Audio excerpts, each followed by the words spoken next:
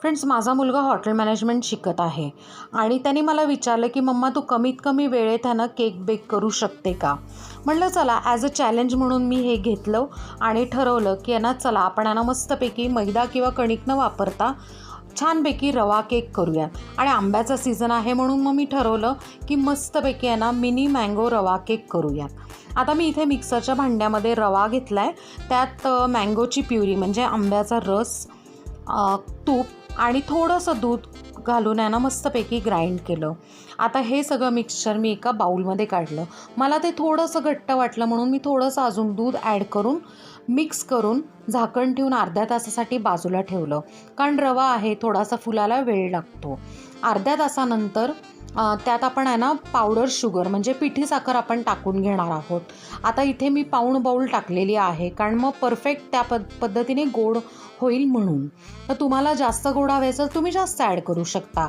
त्यानंतर मी इथे baking powder, baking सोडा आणि थोडंसं दूध टाकून मिक्स करून घेतलेलं आहे.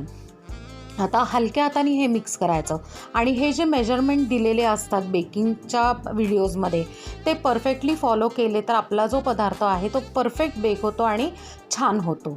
आता इकडे मी आप्पे पॅनमध्ये हे केक बेक करणार आहे. सो आप्पे पॅनला मी तूप ग्रीस केलेलं आहे. मी बॅटरमध्ये पण तूप घातलेलं आहे. जर तुम्हाला तूप अवॉइड करायचं असेल किंवा अवेलेबल नसेल तर मग तुम्ही आपलं रेग्युलर जे रिफाईंड ऑइल आहे ते तुम्ही ॲड करू शकता किंवा त्याने ग्रीस करू शकता. इथे मी आप्पे पॅनमध्ये सगळं बॅटर टाकून घेतलेलं आहे. चेरीनी ग्रीस केलं. तुम्ही चेरीच्या ऐवजी टुटी फ्रुटी किंवा ड्रायफ्रूट्सच्या कशानेही गार्निश करू शकता. आता बरोबर फक्त 5 मिनटं ह्याच्यावर झाकण ठेवायचं लो फ्लेमवर. 5 मिनटं झाकण ठेवून झालं की त्यानंतर आपण चेक करूयात. चेक करून तुम्ही बघू शकताय की इतके मस्त सॉफ्ट आणि जाळीदार आपले केक बेक झालेले आहेत एकदम परफेक्टली. रेसिपी आवडल्यास सबस्क्राईब करा. थँक्यू.